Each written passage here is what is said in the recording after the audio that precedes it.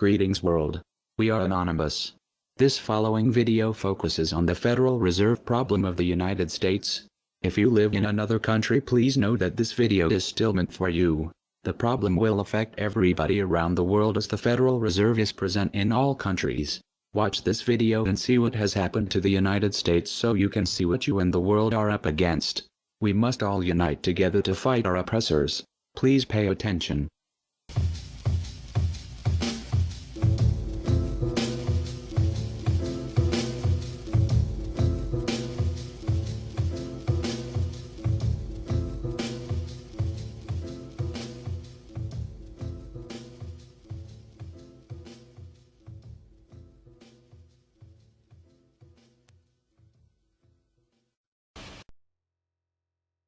Every human on this planet is enslaved, whether they know it or not. This is not the crude and primitive slavery of ancient times. It does not rely on whips and shackles to keep the oppressed in their place. These tools have been rendered obsolete by much more sophisticated methods. That most of the enslaved are unaware of their condition and would in fact argue fiercely that they are free is a testament to the effectiveness of these invisible chains. You've heard the expression, money makes the world go round. There's truth in that. Money is the prime motive for human labor in modern civilization. If you want food, shelter, and clothing, you must have money. And unless you're part of that tiny minority that has more money than they could ever spend in their lifetime, then you must work, beg, or steal for that money. That's why you get up in the morning and go to work, even if you hate your job. And that's why the specter of unemployment is more terrifying for most people than the prospect of spending 50 years of their life performing menial tasks within the confines of a fluorescent-lit cubicle. Of course, in Western countries, some are fortunate enough to have pulled away from the brink and do not live in fear that their basic needs will be met, at least for now. And yet they keep spinning the hamster wheel. Why is that? Could it be because money and the bling that it buys have become symbols of status and prestige? Money offers an illusory form of social validation, but even those who are not caught up in distinguishing themselves by how much they accumulate still must acknowledge the social stigma that comes with poverty. The combination of these primal motivators, the need for food, shelter, clothing, and social validation, is a very powerful force. It's enough to drive humans to engage in all forms of activity, even to the point of harming themselves or others in the process. The accumulation of money is therefore an accumulation of social and psychological power, and those who control the creation of money control this power at its source. So who controls the creation of money? Well, in the case of the US dollar, it's not the government. This shouldn't be an earth-shattering revelation. The fact that the Federal Reserve is a private institution owned by a cartel of the world's most powerful banks is quickly becoming common knowledge. Even the mainstream media doesn't deny it at this point. However, the full extent of what this means is only clear when you understand how the banking system really works. And unfortunately, this isn't something we're taught in school. Once you have it explained to you in simple terms, you'll understand why. Every dollar in circulation is loaned into existence by a bank. The process begins with the Federal Reserve when they loan out money to the US government and to other entities. You've probably heard this talked about before, especially in regards to the interest rate on those loans, which the Federal Reserve raises and lowers depending on economic conditions. But what's never talked about in the mainstream is the fact that the Fed isn't actually loaning out money that they have. They are merely typing those dollars into existence on a computer. You may be inclined to believe that this money is based on some physical backing like gold, but you would be mistaken. The Federal Reserve hasn't owned any gold since the 1930s. The Federal Reserve does not own any gold at all. We have not owned gold since 1934. So we have not engaged in any gold swaps. When the Federal Reserve loans money to the U.S. government gives the Federal Reserve government bonds in exchange. These bonds are simply written promises to pay back the money that was loaned to them with interest through taxation. So to be clear here, the government is taking out a loan from a bank that is creating that money out of thin air, and they're expecting you, the taxpayer, to cover that loan. The absurdity of this arrangement is even more obvious when you realize that up until 1913, the US government created its own money and had no need for a bank to play the part of a middleman. That new money loaned out by the Federal Reserve enters circulation through the banks, accumulates in the banks, and in the end the banks end up holding all the cards. Not necessarily for the reasons you may imagine. Contrary to popular belief, the majority of money in circulation isn't actually created by the Federal Reserve, but rather by the ordinary banks that businesses and individuals use for their checking, savings, and mortgages. How is this possible? Well, like the Federal Reserve, ordinary banks are allowed to loan out money that they don't have. There are, of course, restrictions. Banks are only allowed to loan out 10 times the amount of money that they actually have. So if Wells Fargo has $1,000, they can loan you $10,000 and they expect you to pay back that $10,000 plus interest. This is called fractional reserve banking. 75% of all money in circulation is created in this manner. Now, as bad as this may seem, this is really only the tip of the iceberg. Most banks structure payment plans so that for many years, you're paying almost nothing but interest, and only start paying down the principal gradually. The result of this strategy is that in most cases, you pay far more in interest when you purchase a house than the house itself is worth. So here's the real question.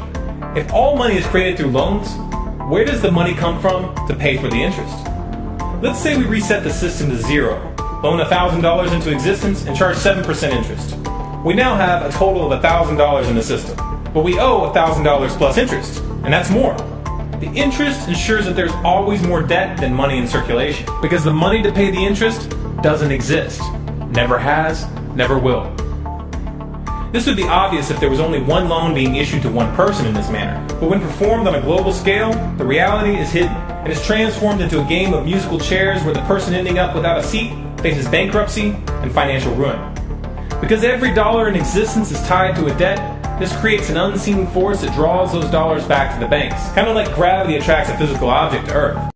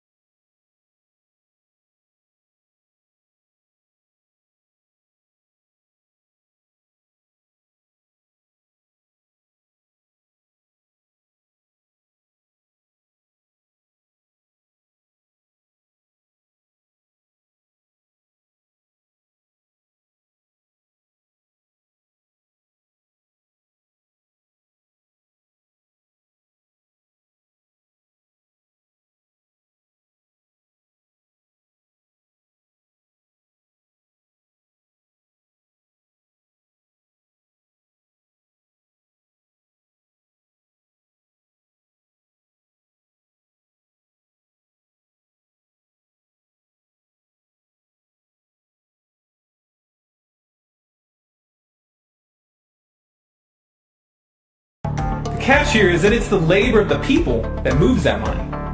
Every hour that you work to pay back a loan or to keep the government from throwing you in jail over income taxes is an hour worked for the banks. The total receipts from personal income taxes just barely covers the interest on the national debt. And even the principal for that debt all ends up back in the hands of the banks. And remember, that bank created that money out of nothing. Once you understand that the money that banks loan out isn't actually an asset, but is in fact a piece of legal fiction, it should be clear that you're working for these banks for free. This is a cleverly disguised form of slavery. If you manage to pay your monthly payments, then you are a successful slave, and you are allowed to keep the material comforts that come with that status. But if for some reason you fail to make those monthly payments, then the bank or the IRS comes to take your house, your car, and anything else you have of value. And if somehow, even with this enormous financial advantage, the banks still get themselves into trouble, you, the taxpayer, will be forced to bail them out. No matter what, the banks win. To say the game is rigged is an understatement. You might be inclined to think that if you live outside the United States and you don't use dollars, then this situation has no bearing on your life. But you would be wrong. The dollar is both the world reserve currency and the only currency in which oil is sold on global markets. This is often referred to as the petrodollar status.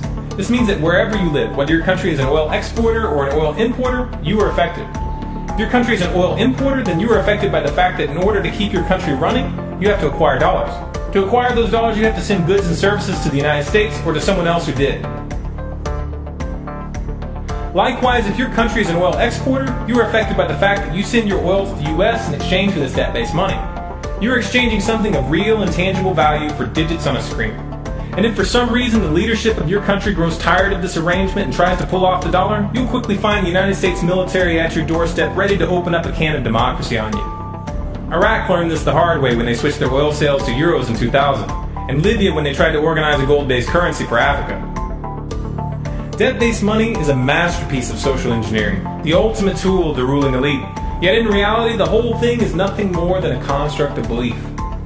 Our chains are the chains of the mind, and the path to freedom must also begin in the mind. If we want a better future for our children and grandchildren, then we must work right now to reach a critical mass of awakening.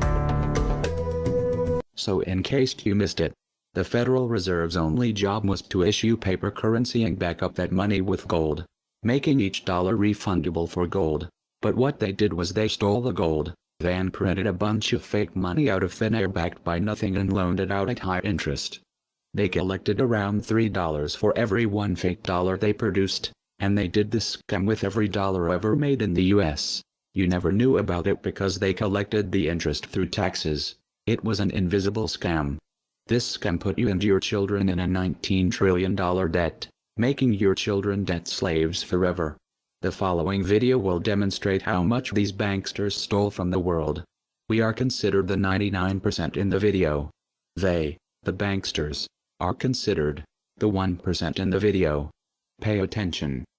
There's a chart I saw recently that I can't get out of my head.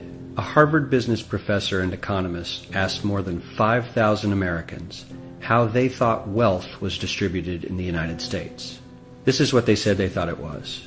Dividing the country into 5 rough groups of the top, bottom, and middle 3 20% groups, they asked people how they thought the wealth in this country was divided. Then he asked them what they thought was the ideal distribution. And 92%, that's at least 9 out of 10 of them, said it should be more like this. In other words, more equitable than they think it is. Now that fact is telling, admittedly, the notion that most Americans know that the system is already skewed unfairly. But what's most interesting to me is the reality compared to our perception. The ideal is as far removed from our perception of reality as the actual distribution is from what we think exists in this country. So ignore the ideal for a moment. Here's what we think it is again. And here is the actual distribution. Shockingly skewed. Not only do the bottom 20% and the next 20%, the bottom 40% of Americans barely have any of the wealth. I mean, it's hard to even see them on the chart. But the top 1% has more of the country's wealth than 9 out of 10 Americans believe the entire top 20% should have. Mind-blowing. But let's look at it another way, because I find this chart kind of difficult to wrap my head around. Instead, let's reduce the 311 million Americans to just a representative 100 people. Make it simple. Here they are. Teachers, coaches, firefighters, construction workers, engineers, doctors, lawyers, some investment bankers, a CEO, maybe a celebrity or two. Now let's line them up according to their wealth. Poorest people on the left, wealthiest on the right, just a steady row of folks based on their net worth. We'll color code them like we did before based on which 20% quintile they fall into. Now let's reduce the total wealth of the United States, which was roughly $54 trillion in 2009, to this symbolic pile of cash. And let's distribute it among our 100 Americans. Well, here's socialism, all the wealth of the country distributed equally. We all know that won't work. We need to encourage people to work and work hard to achieve that good old American dream and keep our country moving forward. So, here's that ideal we asked everyone about. Something like this curve. This isn't too bad. We've got some incentive, as the wealthiest folks are now about 10 to 20 times better off than the poorest Americans. But hey, even the poor folks aren't actually poor, since the poverty line has stayed almost entirely off the chart. We have a super healthy middle class with a smooth transition into wealth. And yes, Republicans and Democrats alike chose this curve. 9 out of 10 people, 92%, said this was a nice, ideal distribution of America's wealth. But let's move on. This is what people think America's wealth distribution actually looks like. Not as equitable, clearly, but for me, even this still looks pretty great. Yes, the poorest 20 to 30% are starting to suffer quite a lot compared to the ideal, and the middle class is certainly struggling more than they were, while the rich and wealthy are making roughly 100 times that of the poorest Americans, and about 10 times that of the still healthy middle class. Sadly, this isn't even close to the reality. Here is the actual distribution of wealth in America. The poorest Americans don't even register. They're down to pocket change. And the middle class is barely distinguishable from the poor. In fact, even the rich between the top 10 and 20 percentile are worse off. Only the top 10% are better off. And how much better off? So much better off that the top 2 to 5% are actually off the chart at this scale. And the top 1%, this guy, well, his stack of money stretches 10 times higher than we can show. Here's his stack of cash, restacked, all by itself. This is the top 1% we've been hearing so much about. So much green in his pockets that I have to give him a whole new column of his own, because he won't fit on my chart. 1% of America has 40% of all the nation's wealth. The bottom 80%, 8 out of every 10 people, or 80 out of these 100, only has 7% between them. And this has only gotten worse in the last 20 to 30 years. While the richest 1% take home almost a quarter of the national income today, in 1976 they took home only 9%, meaning their share of income has nearly tripled in the last 30 years. The top 1% own half the country's stocks, bonds, and mutual funds.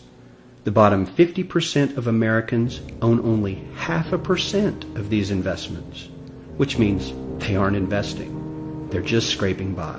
I'm sure many of these wealthy people have worked very hard for their money, but do you really believe that the CEO is working 380 times harder than his average employee? Not his lowest paid employee, not the janitor, but the average earner in his company. The average worker needs to work more than a month to earn what the CEO makes in 1 hour. We certainly don't have to go all the way to socialism to find something that is fair for hardworking Americans. We don't even have to achieve what most of us consider might be ideal. All we need to do is wake up and realize that the reality in this country is not at all what we think it is.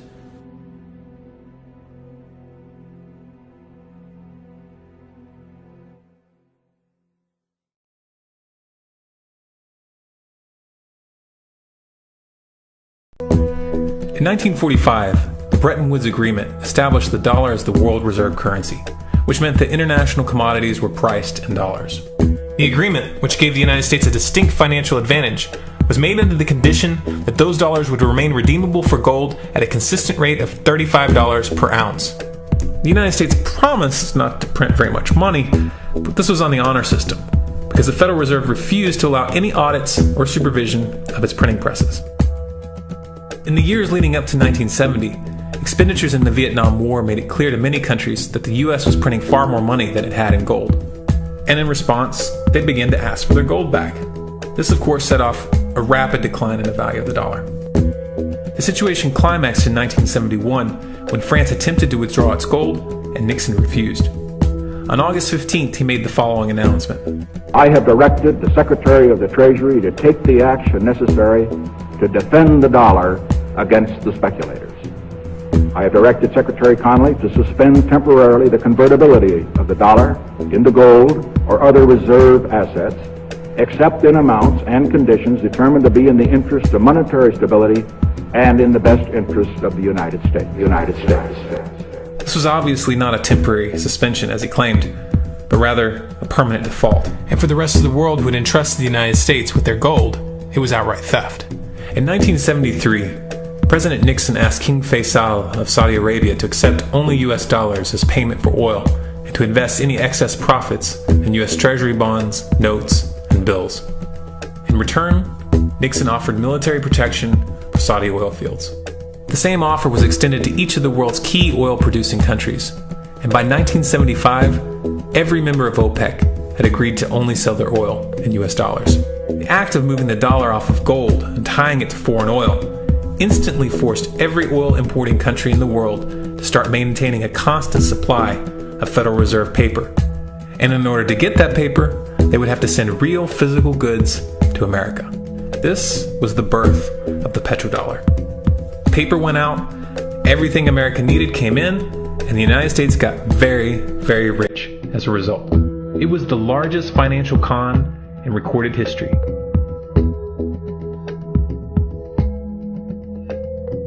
The arms race of the Cold War was a game of poker.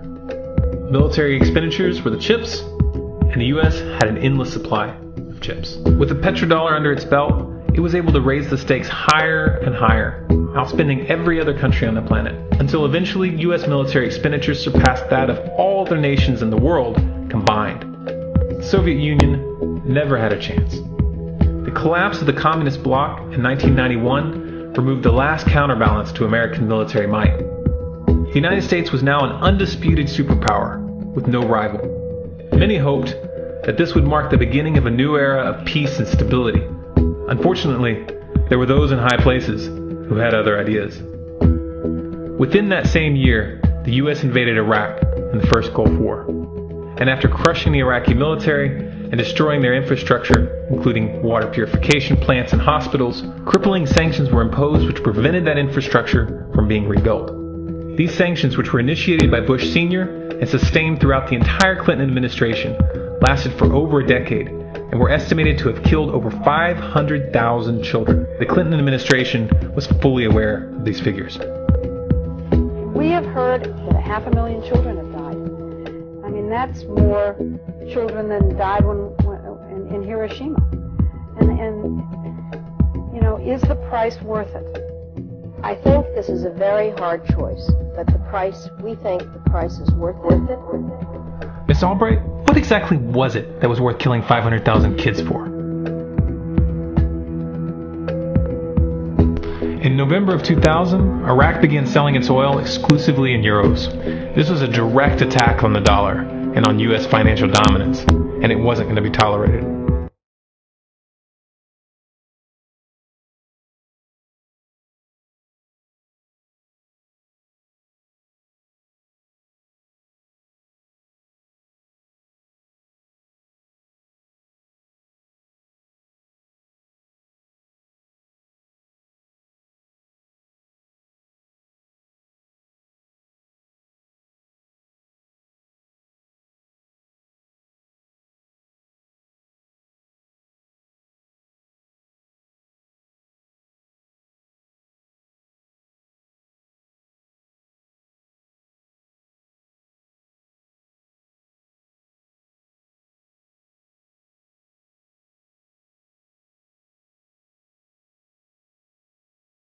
Assistance of the mainstream media began to build up a massive propaganda campaign claiming that Iraq had weapons of mass destruction and was planning to use them. In 2003, the U.S. invaded, and once they had control of the country, oil sales were immediately switched back to dollars. This is particularly notable due to the fact that switching back to the dollar meant a 15 to 20% loss in revenue due to the euro's higher value. It doesn't make any sense at all unless you take the petrodollar into account.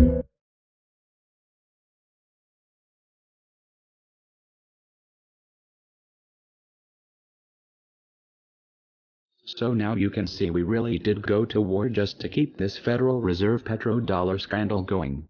And if you think our country didn't commit 9/11 to go to war, do a little research on Operation Northwoods. It was a plan to fly multiple planes into real towers with real people, to go to war with Cuba. Congress signed off to do this act of terrorism. All branches of military did as well. The government kills for the banks. Our country is ran by the banksters.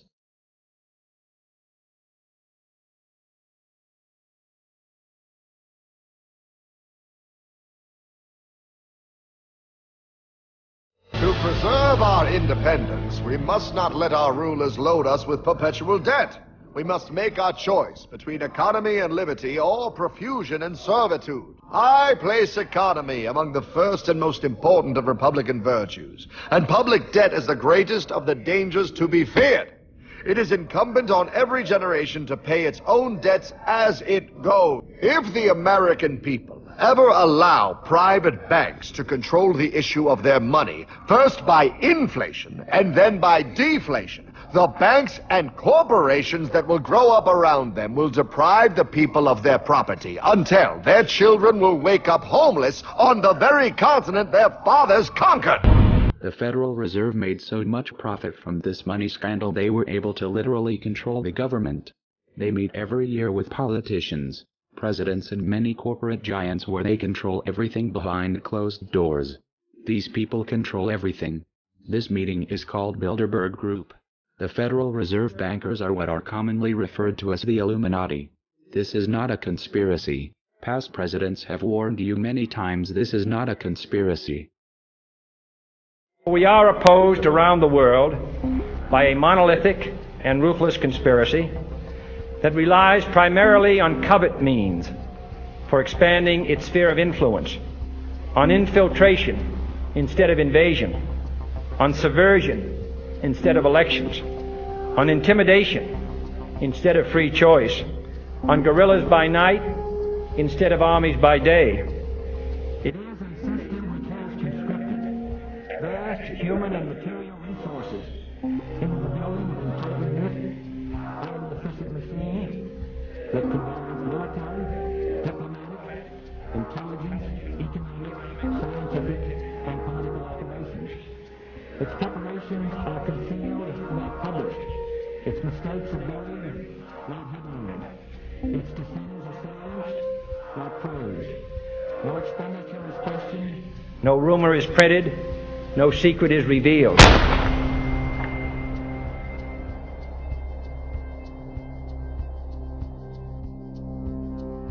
What's happening? Where am I? I believe perhaps you understand now, Bow, but you are afraid. JFK. Hartman, what does this have to do with my house and my dog? Oh, okay, that's enough. I want to go home now.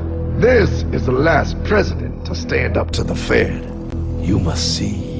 On June 4, 1963, President Kennedy signed Executive Order 11110. This executive order empowered the U.S. Treasury to issue real money without the Fed. It would have worked. Kennedy's plan to dismantle the Federal Reserve machine had begun. 6 months later, John F. Kennedy went to Dallas and never returned. No way. No way they could do that. The new president, Lyndon Johnson, threw out Kennedy's order. And since JFK, no president has dared confront the secret powers behind the Federal Reserve. Just how rich and powerful is Lord Evelyn Rothschild? Historically, the Rothschild family wealth was hidden in underground vaults. The Rothschilds' secret financial records were never audited and never accounted for. Their family-commissioned biographies give the illusion that their family fortune has dwindled, but researchers estimate their wealth at close to $500 trillion, more than half the wealth of the entire world. Besides their many castles, palace mansions, wineries, racehorses, and exotic resorts, the Rothschilds bought Reuters in the 1800s. Reuters then bought the Associated Press, which selects and delivers the same news stories to the entire world, day after day. They have controlling interest in 3 major television networks and easily avoid media attention since they own it. They also fix the world price of gold on a daily basis and profit from its ups and downs. Over the centuries, the Rothschilds have amassed trillions of dollars worth of gold bullion in their subterranean vaults and have cornered the world's gold supply. They own controlling interest in the world's largest oil company, Royal Dutch Shell. They operate phony charities and offshore banking services where the wealth of the black nobility and the Vatican is hidden in secret accounts at Rothschild Swiss banks, trusts, and holding companies. Although Evelyn Rothschild looks like a harmless gray-haired old man, make no mistake about it, Rothschild and his ancestors have handpicked presidents, crashed stock markets, bankrupted nations, orchestrated wars, and sponsored the mass murder and impoverishment of millions.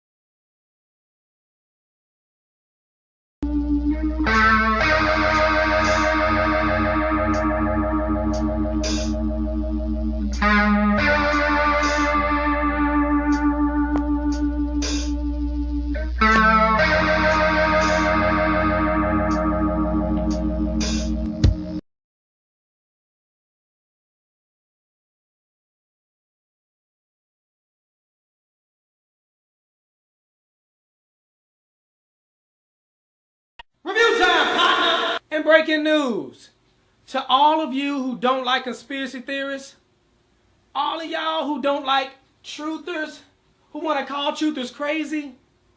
Your fun is over. Those days of you having the illusion of credibility are over.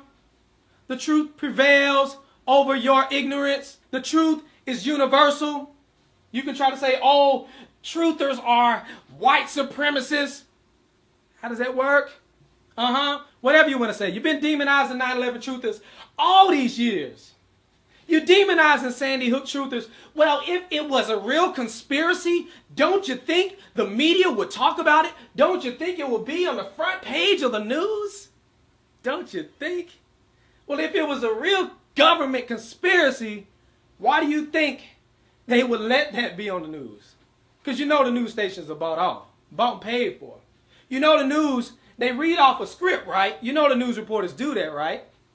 No, you don't know that? No, I trust my news. They are more credible than you. You are just some truther. I watch the news and I get informed. You get informed, don't you? Those reporters, they give you exclusive information. Now, you don't need us to tell you that gas prices are back on the rise. Well, if you filled up your gas tank lately, then you don't need us to tell you that gas prices are back on the rise. You don't need us to tell you that gas prices are back on the rise. You don't need us to tell you that gas prices are back on the rise. You don't need us to tell you that gas prices are back on the rise. You don't need us to tell you that gas prices are back on the rise. You don't need us to tell you that gas prices are back on the rise. You don't need us to tell you that gas prices are back on the rise. You don't need us to tell you that gas prices are back on the rise. You don't need us to tell you gas prices are back on the rise. You don't need us to tell you that gas prices are back on the rise. You don't need us to tell you that gas prices are back on the rise. You don't need us to tell you gas prices are back on the rise. You don't need us to tell you that gas prices are back on the rise. You don't need us to tell you gas prices are on the rise. I know. President, earlier this year you told us you had ordered your administration to cease and desist on payments to journalists to promote your agenda. You cited the need for ethical concerns and the need for a bright line between the press and the government. Your administration continues to make the use of video news releases, which are prepackaged news stories sent to television stations, fully aware that some or many of these stations will air them without any disclaimer that they are produced by the government. Comptroller General of the United States this week said that raises ethical questions. Does it raise ethical questions about the use of government money to produce stories about the government that wind up being aired with no disclosure that they were produced by the government? There is a Justice Department opinion that says these pieces are within the law so long as they're based upon facts, not advocacy. And I expect our agencies to adhere to that ruling, to that Justice Department opinion. This has been a long-standing practice of the federal government to use these types of videos. Agricultural Department, as I understand, has been using these videos for a long period of time. The Defense Department, other departments have been doing so.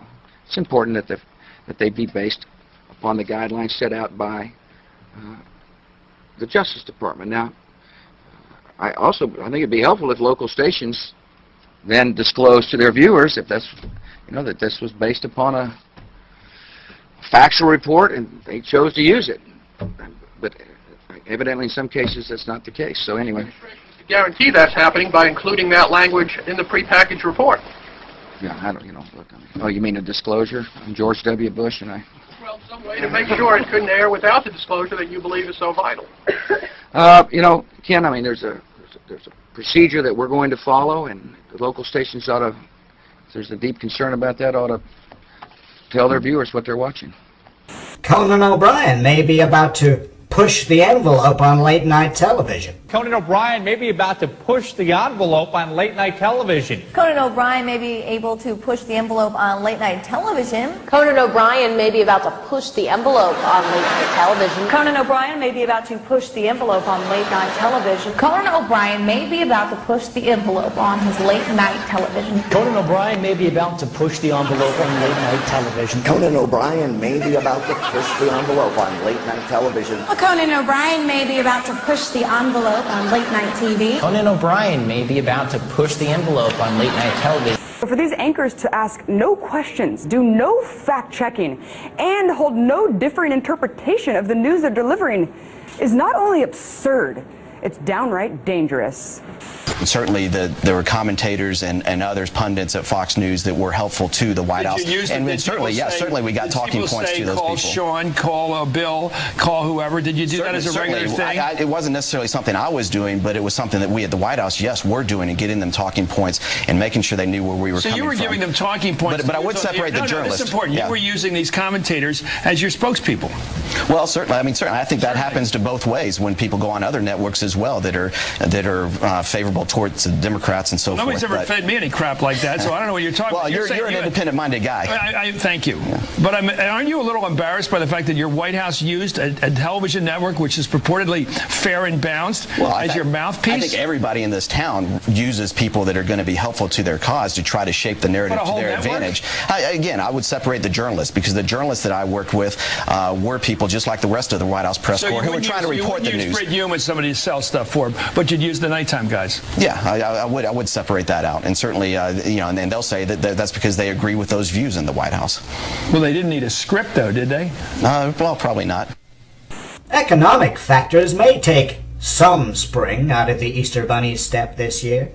In consumer news, economic factors may take some spring out of the Easter Bunny's step this year. Economic factors may take some spring out of the Easter Bunny's step this year. Economic factors may take some spring out of the Easter Bunny's step this year. Economic factors may take some spring out of the Easter Bunny's step this year. Economic factors may take some spring out of the Easter Bunny's step this year. Economic factors may take some spring out of the Easter Bunny step this year. Economic factors may take some spring out of the Easter Bunny step this year. Economic factors may take some spring out of the Easter Bunny step this year. Economic factors may take some spring out of the Easter Bunny step this year. Economic factors may take some spring out of the Easter Bunny step this year. Economic factors may take some spring out of the Easter Bunny step this year. Economic factors may take some spring out of the Easter Bunny step this year. Economic factors may take some spring out of the Easter Bunny step this year. Economic factors may take some spring out of the Easter Bunny step this year. It's the third time I've said that. I'll probably say it 3 more times. See, in my line of work, you got to keep repeating things over and over and over again for the truth to sink in, to kind of catapult the propaganda.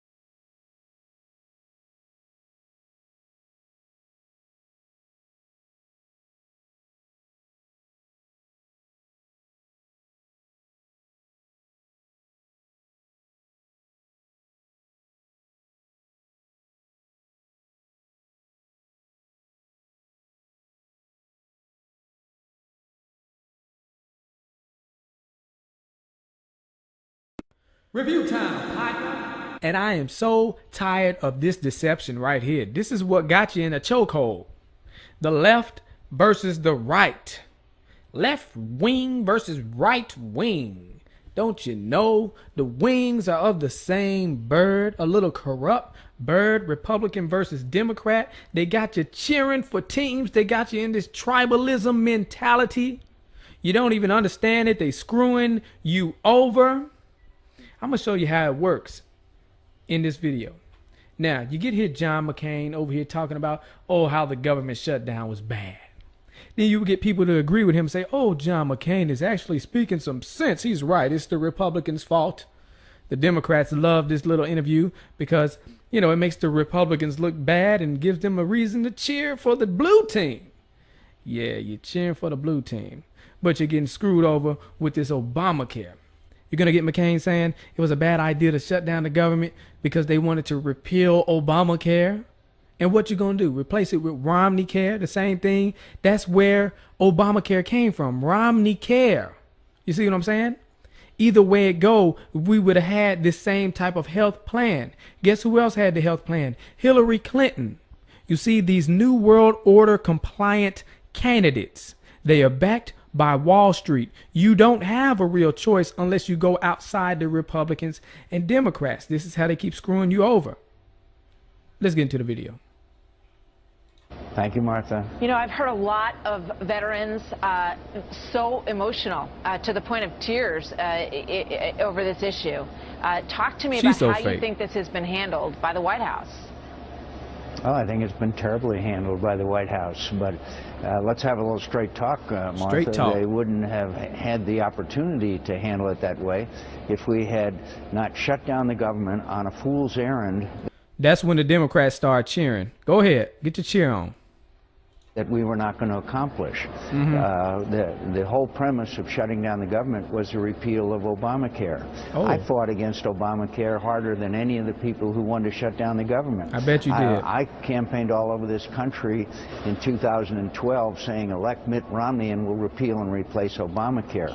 But see, that's so dumb. Obamacare is the same thing as Romneycare. See, it's all about getting you to cheer for the team. Check this out right here.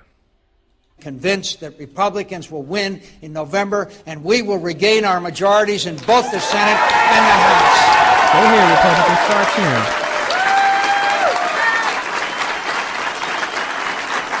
Why are you blinking like that? Man, stop blinking like that. What's your problem?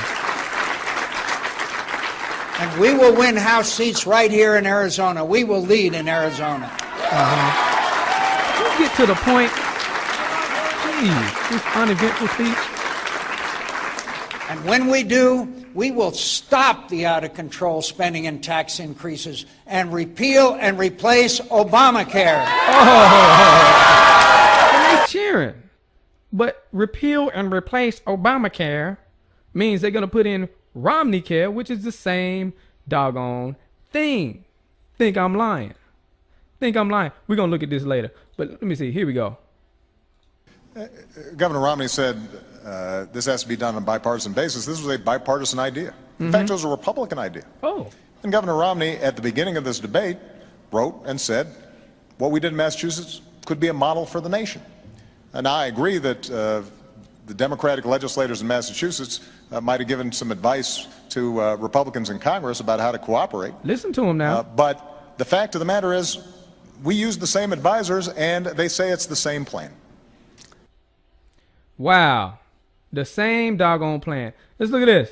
There are some terrific Republican ideas. Mitt Romney in Massachusetts has initiated mandatory insurance so that everybody has to buy in, but then the government helps out those who can't afford it. Those kinds of bold initiatives, I think the Democrats have to put forward bold as heck. If, in fact, we can credibly claim that we can run the country and not simply criticize on the sidelines. Now, this is key. This is in 2006. You see, he's praising this individual mandate, too. It's funny he's doing that. So either way it go, we would have had this Obamacare, Romneycare plan. But remember, I said Hillary ran on that plan as well. Obama didn't seem to like the individual mandate. That's how he got elected. Well, one of the reasons that made him look good, because he said he wasn't for individual mandate. Let's check it out right here. Didn't represent her properly. They misrepresent her. Did they? And what do you say about that? Well, obviously, I think that they represented her position properly, which is that she supported in the past NAFTA, which has been pretty hard on Ohio. And we've had an ongoing discussion about health care. Both of us want to provide health care to all Americans. There's a slight difference, and her plan is a good one, but... Slight difference. This is the slight difference he's talking about. Check this out. She mandates that everybody buy health care. She'd have the government force every individual to buy insurance. Which is what Obamacare is. And I don't have such a mandate because I don't think the problem is that people don't want health insurance. It's that they can't. No, I don't want it. I don't want health insurance. Afford it. So I focus more on lowering costs. And this is a modest difference, but it's one that she's tried to elevate, arguing that because I don't force people to buy health care that I'm not insuring everybody. Well, if things were that easy, I could mandate everybody buy a house, and that that would solve the problem of homelessness. It doesn't. Uh-oh, watch out, y'all. He might do that next. So There you go. Obama with his lying self. Y'all need to stop with this. You're over here arguing, acting like you're against Obamacare, you Republicans. And they're talking about repeal and replace Obamacare with the same thing. What the heck is your problem? Get out of this tribalism mentality. And people who would say, oh, we need Hillary Clinton. Well, she down for the same plan. It's the same thing. It's the same scheme. And why in the heck do we have a president who not only tries to sell us on a product, but forces us to buy it and penalizes us if we don't? Precisely because the product is good. I want the cash registers to work. I want the checkout lines to be smooth. So I want people to be able to get this great product.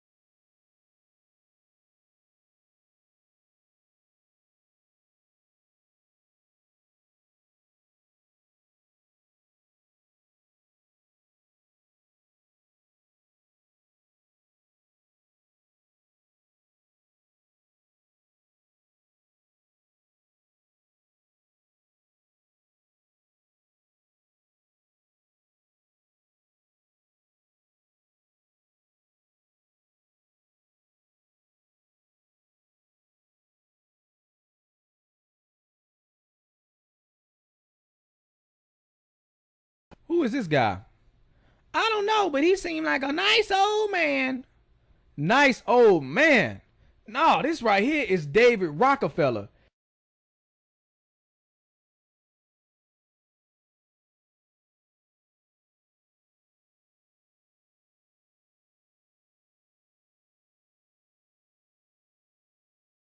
This guy right here, you need to do some research on David Rockefeller. Feel free to do that whenever you get a chance. But people who know about this man right here, they know he is nothing but trouble. Rockefellers, come back. We don't want your New World Order, you know? Leave Chile right now. Leave Chile. You are not... You're killing a lot of people. You're killing a lot of people. Leave here. Leave Chile right now. Leave Chile. Leave Chile. We don't want your world government. Leave Chile right now. Leave Chile, okay?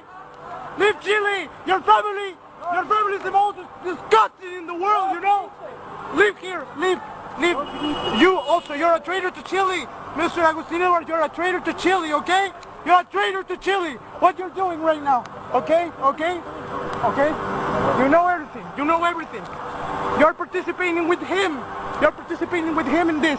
Your world government will fail, okay? You heard what the man said. Leave Chile. Why was that man so mad at him? You want to know why? Because he knows the Rockefeller family is for the New World Order agenda. What is the New World Order agenda?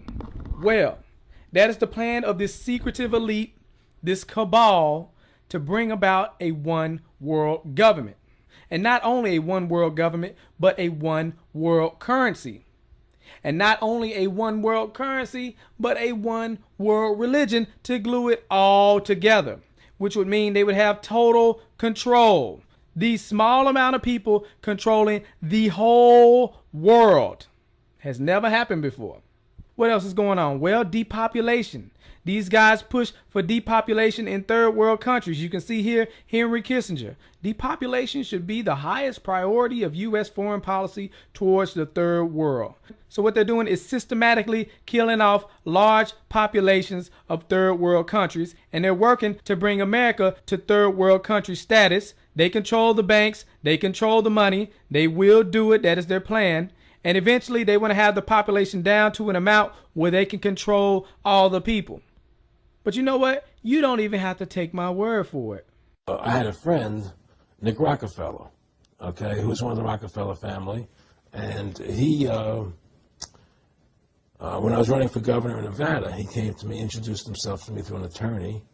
And we became friends. We started talking about things. And I learned an awful lot from Mr. Rockefeller. And one of the things that we used to talk about was the ultimate plan of the banking industry, what they wanted to accomplish. And the goals of the banking industry, not just the Federal Reserve System, but the private banks in Germany and England, all over Italy, all over the world, they all work together. They're all central banks, and they're all part of the Communist Manifesto. You know, central banking is one of the major planks of the Communist Manifesto. We talk about America being a capitalistic country, but yet at the same time we have a central bank that plans everything for us, right? And the graduated income tax is another plank of the Communist Manifesto, right? So right there you have two major planks of the Communist Manifesto that have been brought in because of the Federal Reserve System, okay? So the ultimate goal that these people have in mind is the goal to create a one-world government where everybody has an RFID chip implanted in them. All money is to be in those chips, right? There'll be no more cash. And this is given me straight from Rockefeller himself. This is what they want to accomplish. And all money will be in your chips.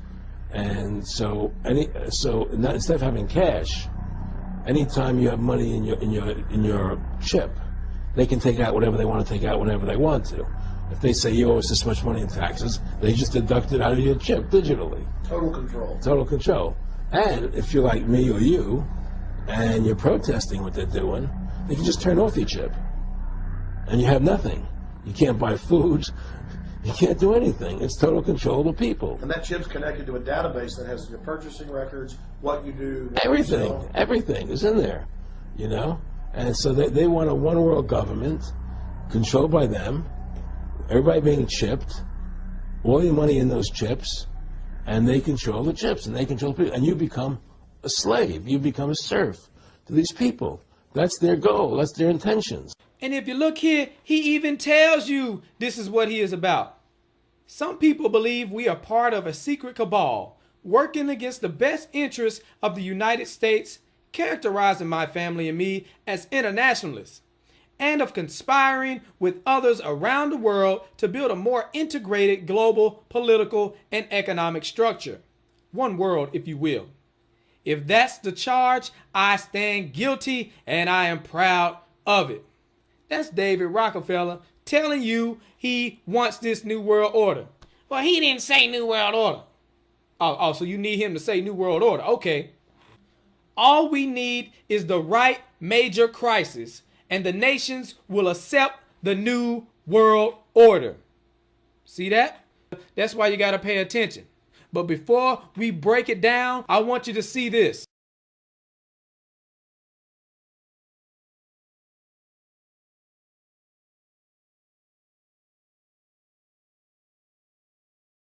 You were both in Skull and Bones, the secret society.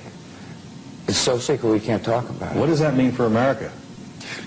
The conspiracy theorists are going to go on. I'm sure they are. I don't know. I haven't seen the web. Number 322? First of all, he's not the nominee. And, look, I look forward... Are you prepared to lose? No, I'm not going to lose. You both were members of Skull and Bones, a secret society at Yale. What does that tell us?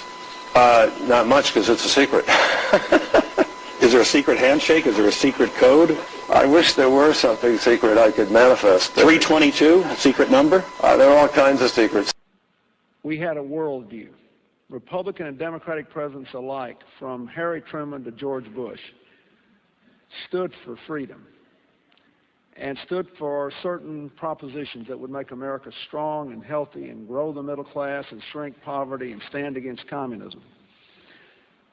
And after 1989, President Bush said, and it's a phrase that I often use myself, that we needed a new world order. We have before us the opportunity to forge for ourselves and for future generations a new world order, a world where the rule of law, not the law of the jungle, governs the conduct of nations. When we are successful, and we will be, we have a real chance at this new world order, an order in which a credible United Nations can use its peacekeeping role to fulfill the promise and vision of the UN's founders.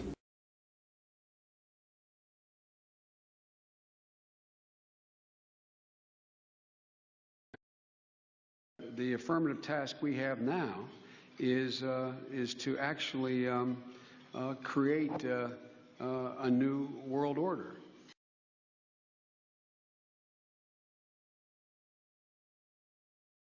If you go outside the city of Atlanta, go east about 60 or 70 miles to the town of Elberton, and then go north on Highway 77 about 10 miles, you'll find off to the right what's called the Georgia Guidestones. It looks kind of like Stonehenge, these big, huge granite rocks set up there. This was done by a guy, we have a pseudonym, came in, paid cash, had this company set these things up in 1980. He called himself R.C. Christian, but that's not his real name. It says right on the stones, a pseudonym, false name. On these Georgia Guidestones, it gives the 10 Commandments for the New World Order. 10 Commandments for the New World Order. The first commandment was to maintain humanity under 500 million. I went there and looked at those things and said, now, hold on a minute. Today's population is 6 billion. They want to maintain humanity under 0.5 billion. Looks like a lot of people got to die for their plan to work, which is, by the way, the plan.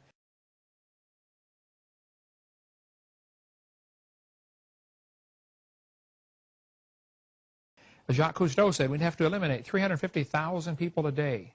A third of a million people a day would have to be eliminated to save Mother Earth. Bill Clinton said we need to reduce the population of the Earth to 1 billion. There are a lot of folks who would like to reduce the population of the Earth. The Bible command is quite the opposite.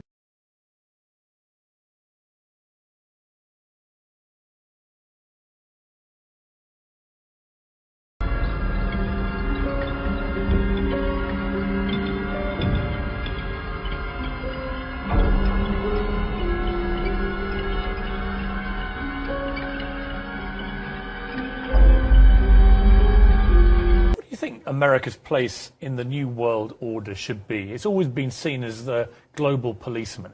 But as you said before, you know, it's hard to see with all these military conflicts where the winner and loser lies. What should America be doing I think globally? The global policeman should be the United Nations. And I don't think we should need one. I think we should use courts the way we do in civilian life. It's time to put war and conflict, armed conflict behind us and move on and start acting like civilized, educated human beings. Oh, you're so civilized, Ted. Let's look at your quote. A total population of 250 to 300 million people, a 95% decline from present levels would be ideal. That's Ted Turner, founder of CNN and New World Order supporter. You see, he donated $1 billion to the United Nations. This man is down for the depopulation agenda. He wants a one-child policy for 100 years, yet he got 5 kids. And you got to pay attention because these jokers will tell you that they selling out. And they do that just so it'll go over your head. So you'll be like, oh, well, they didn't really mean that. They're just being sarcastic. It's not that serious. But then at the same time, people be like, oh, well, I ain't going to believe that unless they tell me. He telling you right here. So we get Shaq admitting to the whole world that he's a Freemason and he is proud of it.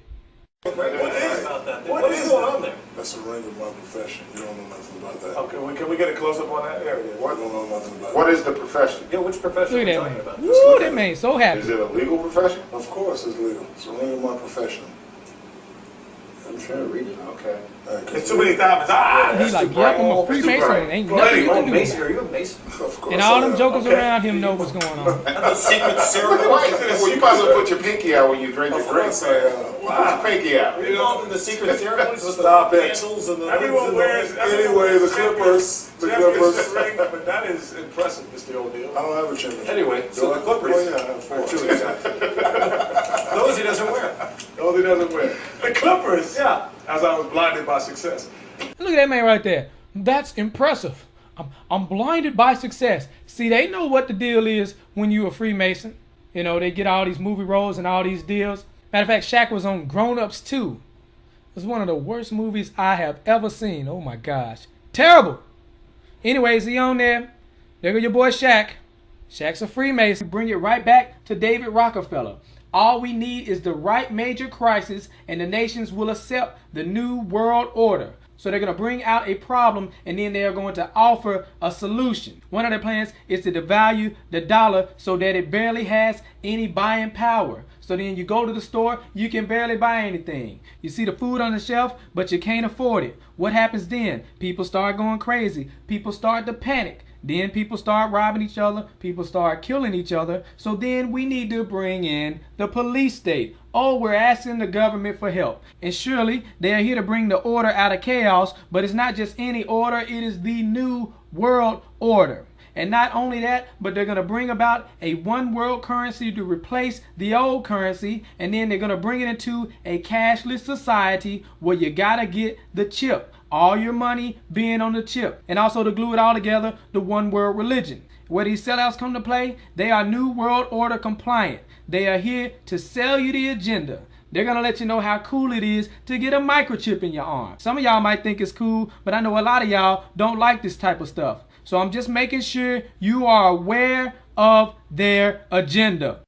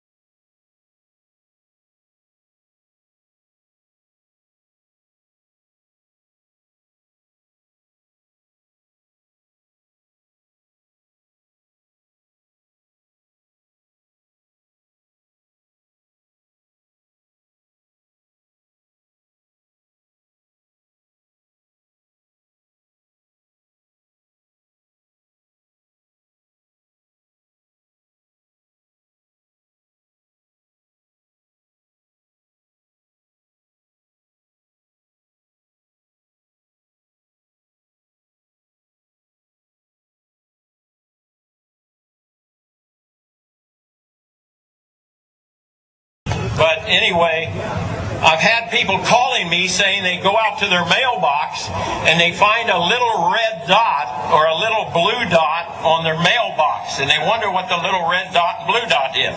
Well, it's marking your mailbox by the government, so when foreign troops come in here on us after martial law, if you have a red dot on your mailbox, they take you out immediately and shoot you right in the head.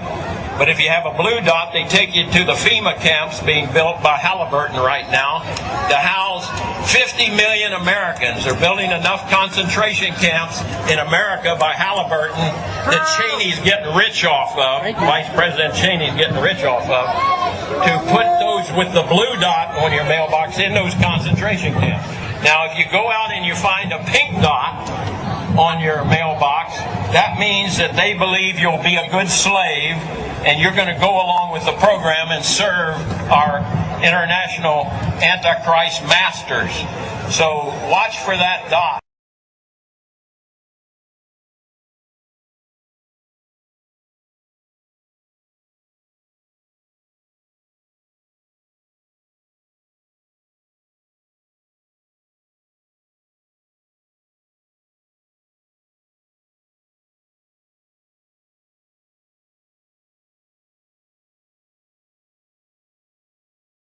Listen to this, folks.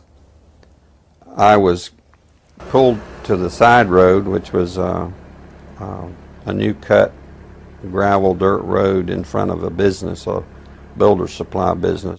And the right side of the road was filled with, which I thought was portable toilets. I never looked at them that close.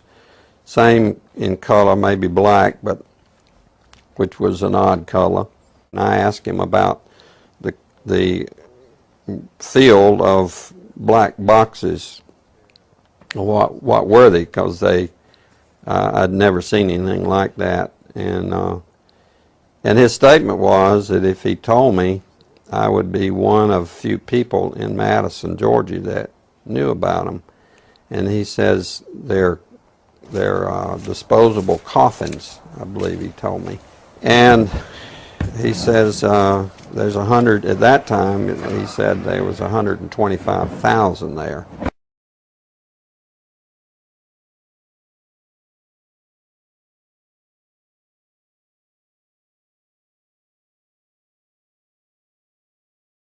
And the brother of the man that owns this field, that the government is leasing this field from to store these disposable coffins, this brother was given 3 years to set up temporary morgues around the country. Have you heard that the Department of Homeland Security has purchased 1.6 billion rounds of ammunition last year?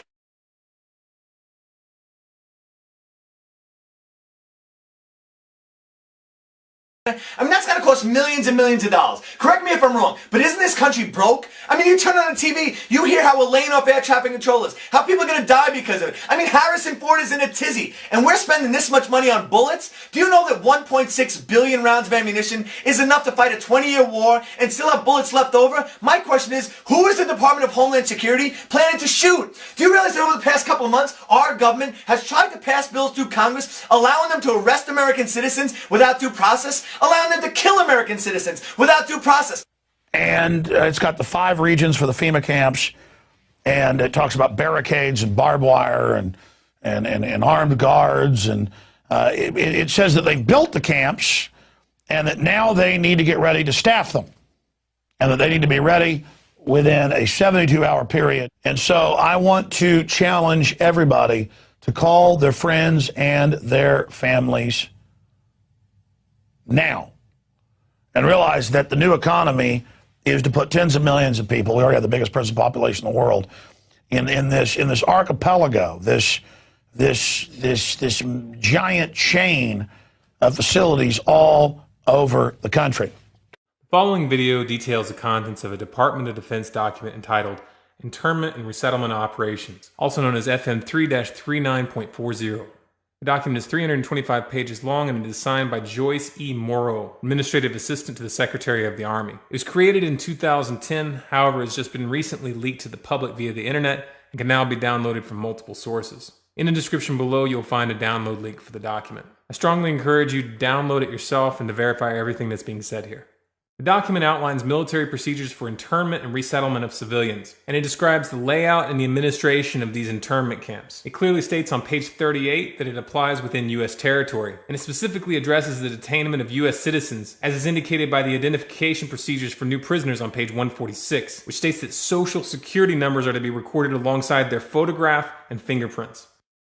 Included in the list of organizations which may be involved in these internment operations are the Department of Homeland Security, FEMA, the Department of Defense, and the United Nations. On page 56, the document outlines the responsibilities of psychological operations officers within the camps, among which it states that a PSYOP officer develops and executes indoctrination programs to reduce or remove antagonistic attitudes, and identifies political activists. On page 281, the document goes into more detail regarding the role of psychological operations within the camps, specifically in regards to pacifying the population and ensuring cooperation. On page 238, it gives the conditions for the use of deadly force in such camps. Among the justifications for lethal force, it includes to terminate an active escape attempt. That point right there should make it clear that these camps are not benevolent disaster relief type facilities. On page 244, the document calls for the use of snipers during riots to, quote, scan a crowd and identify agitators and riot leaders for apprehension and fire lethal rounds if warranted. On page 260, it shows the basic layout for a facility focusing on detainment. It is depicted with interrogation areas, tribunal areas, and mortuaries. Each detainment facility is designed to hold 4,000 prisoners, and they are depicted with multiple levels of barbed wire separating compartments within the facilities, with a double barbed wire fence enclosing them, and watched over by 24 guard towers. On page 261, the document depicts the layout for what they call civilian resettlement facilities, which are designed to house 8,000 people. Though it uses the word resettlement, the plans show multiple levels of barbed wire dividing the sections of the facility, with double barbed wire fencing on the outside, as well as 16 guard towers. On page 262, the layout for facilities designed for what they call non-compliant prisoners is shown. These camps are designed to hold up to 300 prisoners, they have 3 interrogation centers, and are guarded by 13 guard towers. Now, if there's any question whether these plans are active or just theoretical, this should be settled by the fact that the U.S. Army has been running ads for job positions in these camps since 2009, and apparently, they're still hiring. Once again, if you look in the description, you'll find all the links you need to verify this information. It's important to note here that this document was created in 2010, which was under the Obama administration, and it predates the NDAA of 2012, which authorized military detainment of U.S. citizens. This clearly shows a long-term agenda at work.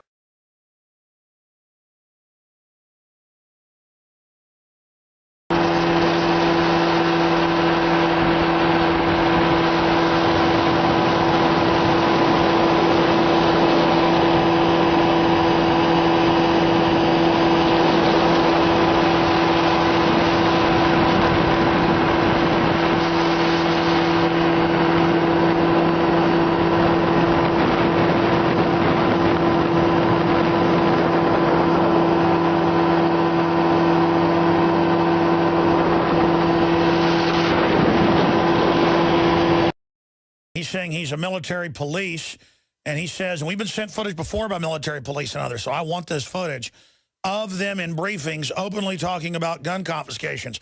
Now, that's now in the manuals that they're training to quarantine cities and towns and confiscate guns. We've had Navy SEALs on confirming it. We have the documents. We know that. But footage, not just in some Army manual, but footage could really, really hurt the folks that are trying to covertly prepare the military for basically civil war. Brian, obviously, you've got to go back in right now. Tell us as much as you can and how we get this footage, but describe it for us. Okay, so I was in a briefing with FEMA. FEMA runs my old unit. I'm actually out now. I got out in September of this year. They were talking about suspension of the Constitution, Second and Fourth Amendment rights being taken away, and I openly asked them, are we going to take guns? He says no, but he says they will. It's clearly on the video. They will, talking about the FEMA guys with us. So that's the gist of the video. You could, I'm filming the floor because it kind of startled me when they said that they're going to suspend the Constitution under martial law, which is pretty scary to me. Essentially, yeah, we pretty much at that time, your Second Amendment, all your rights, First Amendment rights, pretty much everything is at that moment just interrupted. Yeah. So you said that martial law suspends their Second Amendment, so I'm not going to, but would you say we would take weapons from people? Yeah, that's what they do. Yeah.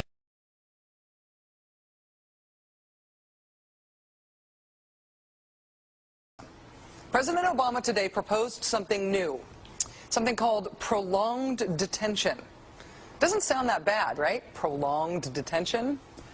Did you ever see the movie Minority Report? It was based on a Philip K. Dick short story. Came out in 2002. It starred Tom Cruise, remember? He played a police officer in something called the Department of Pre-Crime. Pre-crime is where people are arrested and incarcerated to prevent crimes that they have not yet committed. Mr. Marks, by mandate of the District of Columbia Pre-Crime Division, I'm placing you under arrest for the future murder of Sarah Marks and Donald Dubinos. Take place today, April 22nd, at 0800 hours, 4 minutes. No, I didn't do anything.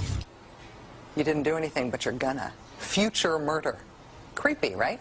Putting somebody in jail not for what they've done, but for what you're very sure they're going to do? There may be a number of people who cannot be prosecuted for past crimes. In some cases because evidence may be tainted, but who nonetheless pose a threat to the security of the United States. We're not prosecuting them for past crimes, but we need to keep them in prison because of our expectation of their future crimes. Al-Qaeda terrorists and their affiliates are at war with the United States, and those that we capture, like other prisoners of war, must be prevented from attacking us again. Prevented. We will incarcerate people preventively. Preventive incarceration. Indefinite detention without trial. That's what this is. That's what President Obama proposed today, if you strip away the euphemisms. One civil liberties advocate told the New York Times today, quote, "We've known this was on the horizon for many years, but we were able to hold it off with George Bush. The idea that we might find ourselves fighting with the Obama administration over these powers is really stunning." And it is stunning.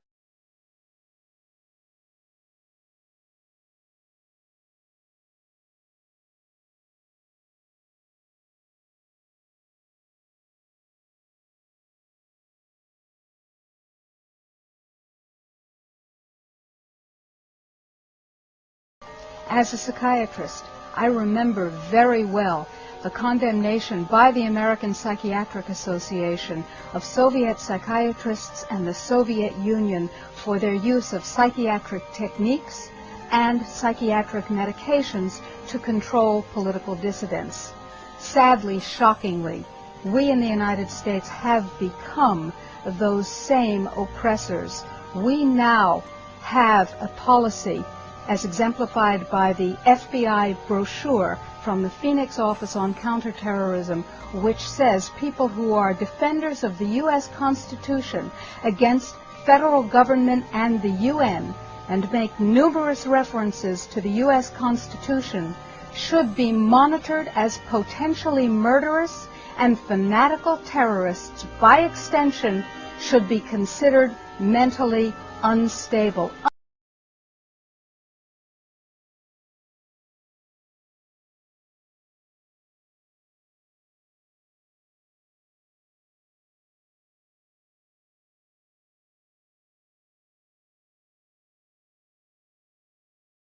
Department of Justice memo, which tells local police what should you be looking out for in kind of everyday terrorism prevention and terrorism watch activities.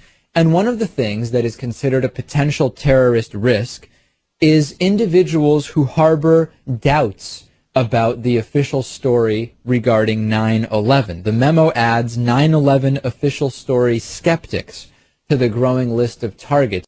Know good and well that someday there could be a government in power that is shipping its citizens off for disagreements. There are laws on the books now that characterize who might be a terrorist. Someone missing fingers on their hands is a suspect, according to the Department of Justice. Someone who has guns, someone who has ammunition,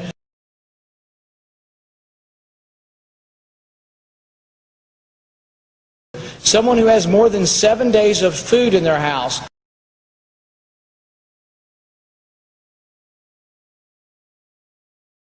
can be considered a potential terrorist. If you are suspected by these activities, do you want to have the government have the ability to send you to Guantanamo Bay for indefinite detention?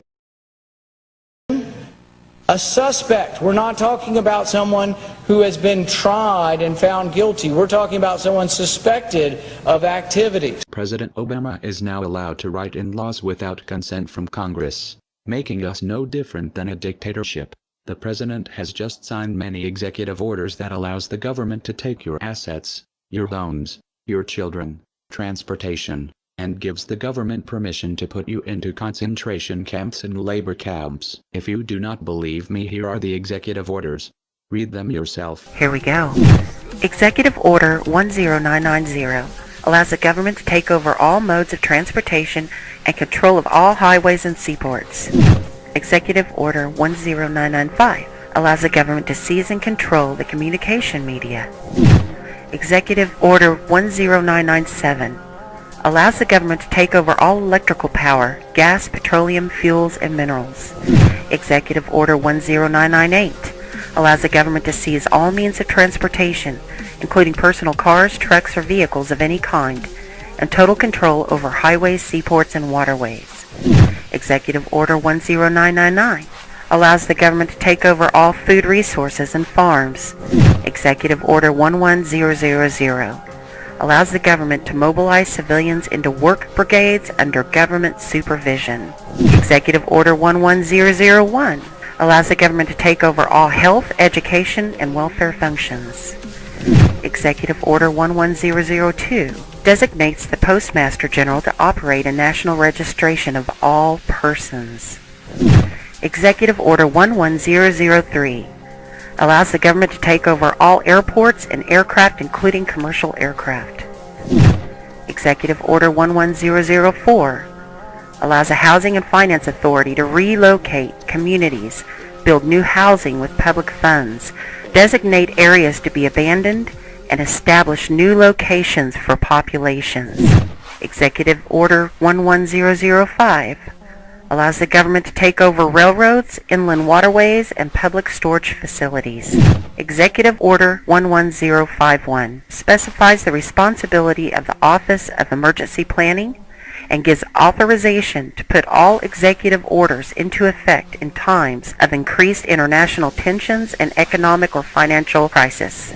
Executive Order 11310 grants authority to the Department of Justice to enforce the plans set out in executive orders, to institute industrial support, to establish judicial and legislative liaison, to control all aliens, to operate penal and correctional institutions, and to advise and assist the President. Executive Order 11049 assigns emergency preparedness function to federal department and agencies, consolidating 21 operative executive orders issued over a 15-year period. Executive Order 11921 allows the Federal Emergency Preparedness Agency to develop plans to establish control over the mechanisms of production and distribution of energy sources, wages, salaries, credit, and the flow of money in U.S. financial institution in any undefined national emergency. It also provides that when a state of emergency is declared by the President, Congress cannot review the action for 6 months. The Federal Emergency Management Agency has broad powers in every aspect of the nation. General Frank Salzito, chief of FEMA's Civil Security Division, stated in a 1983 conference that he saw FEMA's role as a new frontier in the protection of individual and governmental leaders from assassination and of civil and military installations, from sabotage and or attack, as well as prevention of dissident groups from gaining access to U.S. opinion or a global audience in times of crisis. FEMA's powers were consolidated by President Carter to incorporate the National Security Act 1947 that allows for strategic relocation of industries, services, government, and other essential economic activities, and to rationalize the requirements for manpower, resources, and production facilities. The 1950 Defense Production Act gives the President sweeping powers over all aspects of the economy. The Act of August 29, 1916 authorizes the security of the Army in time of war to take possession of any transportation system from transporting troops, material, or any other purpose related to the emergency. The International Emergency Economic Powers Act enables the President to seize the property of a foreign country or national. These powers were transferred to FEMA in a sweeping consolidation in 1979.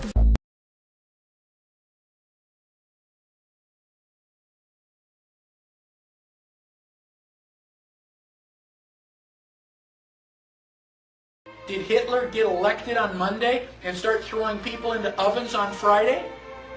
No, it was a gradual process. The first thing that Hitler did was start to write newspaper articles. Everything that was going wrong was the Jews' fault. They're the ones that caused all these problems. Did the Jews write their own newspaper articles and go, I disagree? So then the Jews had to wear the Star of David so we can tell who you are. Did they say, no, that's a violation of my privacy. I don't have to tell you. No, the Jews decided, well, it's a religious symbol. We love God. We should be proud to wear the Star of David. Eventually, the Germans came in and they broke all of the windows in all of the Jewish businesses in one weekend. The Saturday night was known as Kristallnacht, which is German for Night of Glass. Did the Jews rise up and say, now, damn it, you're violating my property, you shouldn't do that? No. Gosh, we don't want to make the Germans any madder than they already are. Don't piss them off. They've got guns. Eventually, the Germans are loading them up into cattle trailers on the train. Where do you think you're going, on vacation? Where do you think they're going to take you? Well, now you're cold and naked and they're walking you into the ovens where you're going to go to mass execution. Is it time now to raise your hand and say, you know, I tend to disagree with all of this? Bang! You're dead. It's too late to complain. You should have complained at the beginning when you at least had a chance. How bad do things have to get before you do something? Do they have to take away all your property?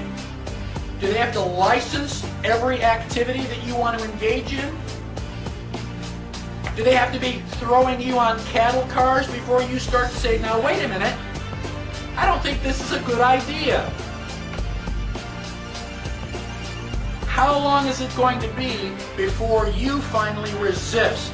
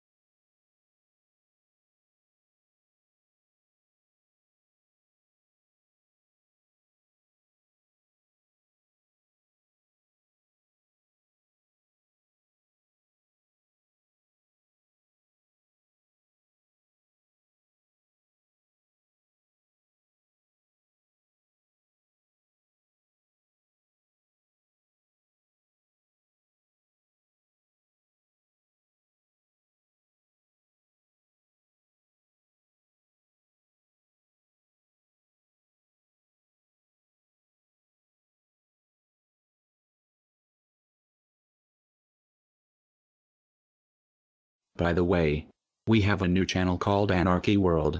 Type it in as one word in the YouTube search bar to find the new channel. Thank you for watching. And don't forget to share, like, favorite, subscribe to Anarchy World, and most importantly re-upload this video to your YouTube channel to help maximize the exposure of this video. You may re-upload this video to your YouTube channel.